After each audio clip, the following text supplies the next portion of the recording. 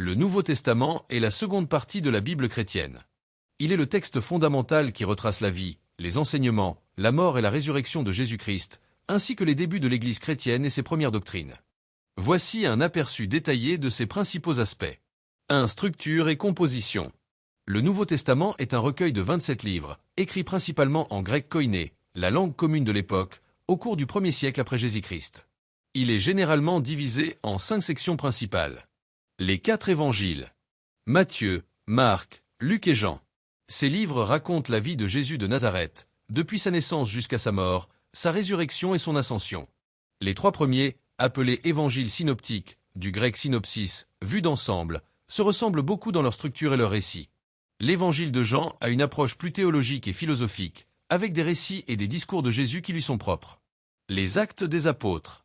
Considéré comme la suite de l'évangile de Luc, ce livre raconte l'histoire de la formation de l'Église primitive, depuis la descente de l'Esprit Saint à la Pentecôte jusqu'à l'expansion du christianisme à travers l'Empire romain, avec une emphase particulière sur les missions de l'apôtre Pierre, et surtout de l'apôtre Paul. Les épîtres de Paul. Ce sont 13 lettres écrites par l'apôtre Paul, ou attribuées à lui, aux premières communautés chrétiennes qu'il a fondées ou visitées, comme les Romains, les Corinthiens, les Galates, les Éphésiens, etc. Ces lettres abordent des questions théologiques fondamentales, la grâce, la foi, la loi, la rédemption, et des problèmes pratiques rencontrés par ces premières communautés. Les épîtres générales ou catholiques.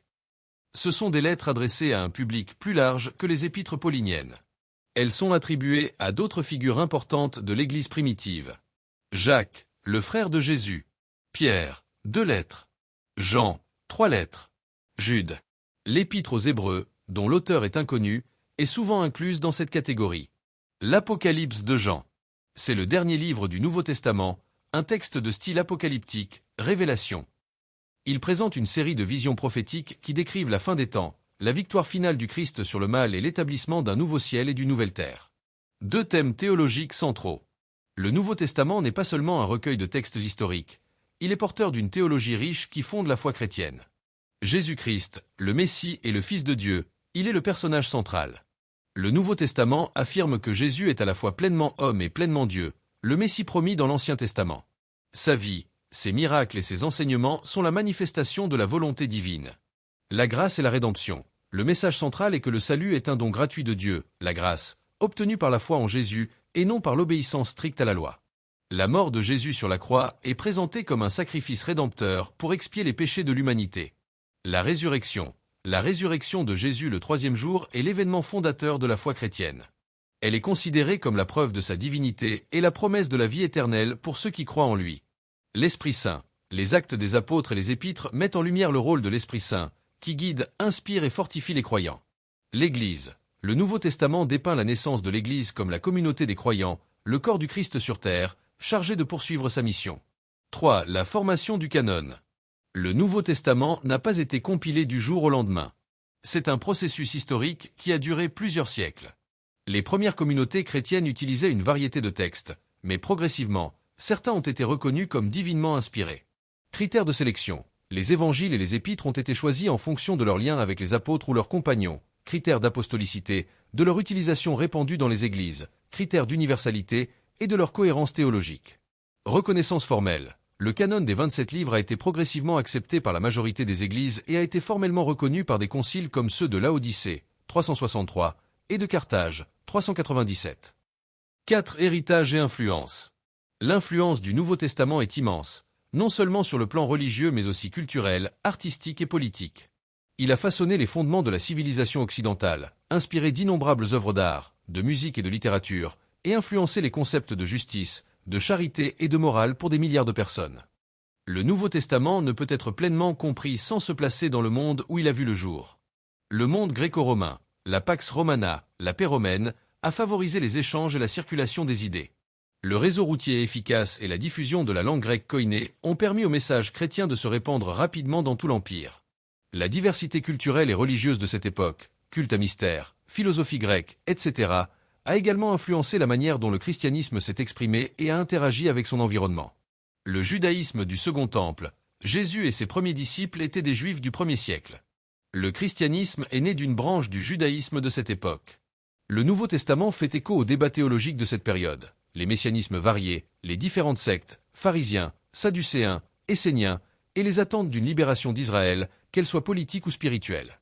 2. Les questions d'auteur, de datation et le problème synoptique.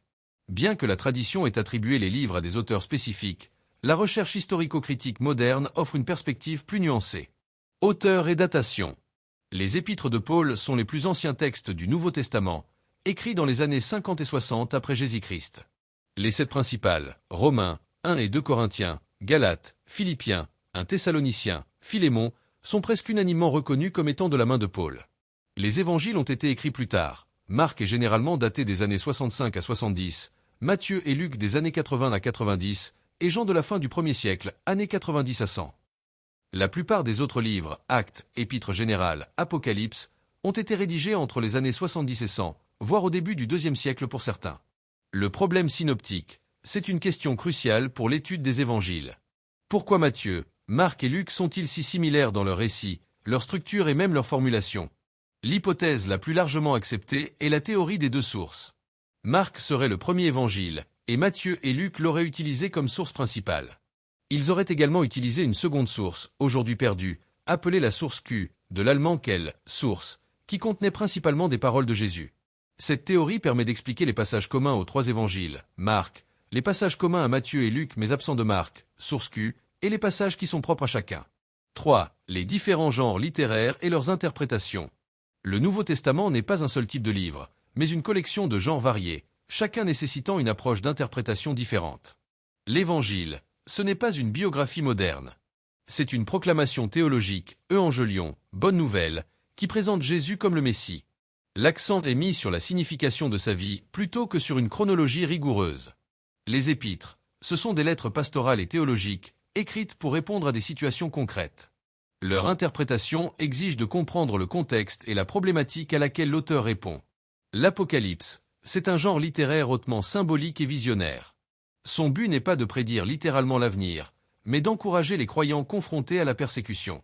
Les différentes interprétations de l'Apocalypse sont l'approche futuriste, les événements décrits se produiront littéralement dans le futur. L'approche historiciste, l'Apocalypse est une prophétie de l'histoire de l'Église. L'approche idéaliste, elle symbolise le combat spirituel intemporel entre le bien et le mal. L'approche prétérisme, les prophéties se sont déjà accomplies au 1er siècle après Jésus-Christ. 4. L'héritage vivant du Nouveau Testament. Le Nouveau Testament est bien plus qu'un document historique. Pour des milliards de chrétiens, il est une source de foi et de vie. Sa force réside dans son message de rédemption et d'espérance. Il offre une perspective sur le sens de la vie et sur l'espoir d'une victoire sur la mort. Son impact sur l'éthique et la morale. Les enseignements de Jésus sur l'amour, le pardon, l'humilité et la justice sociale continuent d'influencer les valeurs de nombreuses sociétés. Son influence artistique et culturelle. Il a inspiré d'innombrables œuvres d'art, de musique, de littérature et de philosophie qui continuent de façonner la pensée humaine. Le Nouveau Testament est ainsi un texte à la fois ancré dans un contexte historique précis et doté d'une pertinence intemporelle. La Bible entière est structurée autour du concept d'alliance, un pacte solennel entre Dieu et son peuple. Les alliances de l'Ancien Testament. L'Ancien Testament relate plusieurs alliances clés, notamment l'alliance avec Noé, promesse de ne plus détruire la terre par un déluge, l'alliance avec Abraham, promesse d'une grande nation et d'une bénédiction pour toutes les familles de la terre, et l'alliance avec Moïse au mont Sinaï, la loi, symbolisée par les 10 commandements. La Nouvelle Alliance. Le Nouveau Testament affirme que Jésus a établi une nouvelle alliance prophétisée par Jérémie, Jérémie 31, 31-34. Contrairement à l'ancienne alliance basée sur la loi écrite sur des tables de pierre, la nouvelle est inscrite dans les cœurs. Elle est un accord de pardon des péchés et de communion directe avec Dieu, rendu possible par le sacrifice de Jésus. 2. L'accomplissement des prophéties messianiques. L'Ancien Testament contient des dizaines de prophéties concernant la venue d'un Messie, loin de Dieu. Le Nouveau Testament présente la vie de Jésus comme la réalisation de ses promesses. Le Messie attendu. Les prophéties décrivent le Messie comme un descendant du roi David, né à Bethléem, qui souffrira pour les péchés du peuple, entrera à Jérusalem sur un âne, et sera trahi pour 30 pièces d'argent. Jésus comme l'accomplissement. Les auteurs des évangiles et des épîtres citent fréquemment des passages de l'Ancien Testament pour montrer comment la vie, la mort et la résurrection de Jésus correspondent précisément à ces prophéties. Il est le serviteur souffrant décrit par le prophète Ésaïe, qui donne sa vie en sacrifice. 3. La loi et la grâce, une nouvelle façon de vivre. Une tension apparente dans la Bible est la relation entre la loi de Moïse, dans l'Ancien Testament, et le concept de grâce, dans le Nouveau Testament. La fonction de la loi. Le Nouveau Testament enseigne que la loi a été donnée par Dieu pour révéler le péché et montrer l'incapacité humaine à se conformer parfaitement à la volonté divine. Elle est un pédagogue qui mène à Christ. Galates 3h24. L'accomplissement de la loi par Jésus. Jésus a déclaré qu'il n'était pas venu pour abolir la loi, mais pour l'accomplir. Matthieu 5h17. Dans la vision chrétienne, il a vécu la vie parfaite que personne n'aurait pu vivre, remplissant ainsi les exigences de la loi. Par conséquent, la justification n'est plus obtenue par l'observance des règles, mais par la foi en Jésus. Cela ne rend pas la loi obsolète, mais l'interprète sous le prisme de l'amour et de l'obéissance du cœur. 4 nouveaux symboles et nouveaux rituels. Le Nouveau Testament reprend les symboles et les rituels de l'Ancien pour leur donner un sens nouveau et plus profond. Le nouvel Adam, Adam, dans l'Ancien Testament, a introduit le péché dans le monde par sa désobéissance. L'apôtre Paul présente Jésus comme le nouvel Adam, dont l'obéissance parfaite restaure la communion avec Dieu pour l'humanité, Romains 5. Le nouveau temple et la nouvelle Pâque. Le temple de Jérusalem était le lieu de la présence de Dieu. Le Nouveau Testament enseigne que Jésus est le nouveau temple et que les croyants sont devenus le temple du Saint-Esprit. De même, la Pâque juive, qui commémorait la libération d'Israël, trouve son accomplissement dans la mort et la résurrection de Jésus, qui est l'agneau pascal immolé pour la libération de l'humanité du péché et de la mort.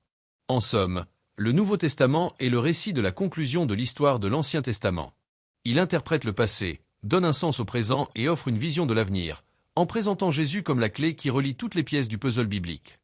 Pensez à commenter, à vous abonner et à activer la cloche de notification pour ne rien manquer.